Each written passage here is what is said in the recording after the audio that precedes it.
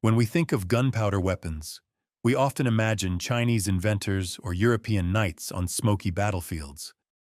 But what if we told you that some of the earliest gunpowder warfare innovations were crafted not in the West or East Asia, but in the heart of the Islamic world? One of the most overlooked contributions of the Muslim world to military history is the invention and evolution of the hand cannon. These early firearms laid the foundation for everything from muskets to modern rifles. Today, we uncover how Muslim scientists, engineers, and warriors helped shape the dawn of the gunpowder age. To understand the hand cannon, we must first understand gunpowder. Known as black powder, this mixture of saltpeter, potassium nitrate, sulfur, and charcoal revolutionized warfare forever. Islamic chemists were some of the earliest scholars outside of China to study and experiment with this explosive mix. In the 13th century, a Syrian-born engineer named Hassan al-Ramah documented a wide variety of military devices using gunpowder. His manuscripts didn't just include bombs and rockets. They contained detailed diagrams of tube-like weapons that expelled projectiles using explosive force. One of al-Ramah's devices closely resembled a proto-hand cannon, a short metal tube mounted on a shaft, loaded with a projectile, and ignited with a slow match. This wasn't just theoretical, it was a usable, portable weapon of war. Al-Ramah even coined a phrase that translates to fire lance, a weapon combining fire and pressure to deadly effect. The early Islamic hand cannon was deceptively simple: a metal tube, usually bronze or iron, a closed rear end with a small touch hole, a wooden shaft or stock for aiming and support. To fire the cannon, a soldier would load gunpowder and a lead or stone ball down the barrel.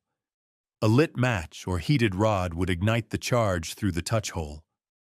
The explosion propelled the projectile forward with thunderous noise and thick smoke. Though unpredictable and slow, the psychological impact was immense. Imagine standing in formation as a sudden roar shatters the silence and flaming iron tears through armor and morale. These weapons didn't need to be accurate. They needed to inspire fear. Historical records show that the Mamluk Sultanate in Egypt and the Marinid dynasty in North Africa deployed early firearms as early as the 13th and 14th centuries. One source from 1304 CE refers to the use of mid-fao, an Arabic term used to describe early cannon or fire tube weapons. These devices were used in sieges, naval battles, and even urban suppression. Later, the Ottoman Empire adopted these technologies with stunning speed. The Janissaries, one of the first professional standing armies in the world, incorporated hand cannons and then matchlock rifles into their arsenal. By the Battle of Varna in 1444, Ottoman infantry were already fielding primitive firearms on a significant scale, decades before many European forces. Why were these weapons so revolutionary? They didn't just cause physical damage. They broke enemy morale. Horses panicked, lines broke, enemy commanders struggled to adapt. Muslim military commanders quickly realized that the psychological shock of loud, fiery weapons could be just as powerful as swords or arrows. In sieges, defenders feared walls being breached by explosive blasts. In naval warfare, ships armed with hand cannons could disable enemy sails and rowers. The hand cannon wasn't just a weapon, it was a tactical disruptor. If you're still watching this video, hit that subscribe button and join us as we uncover more lost strategies from the ancient world. Now back to the story. During the Crusades and through Muslim-ruled Spain, Al-Andalus, European scholars and military minds came into contact with Islamic gunpowder technology. Arabic military manuals were translated into Latin, and many explosive-related terminologies were borrowed directly from Arabic sources.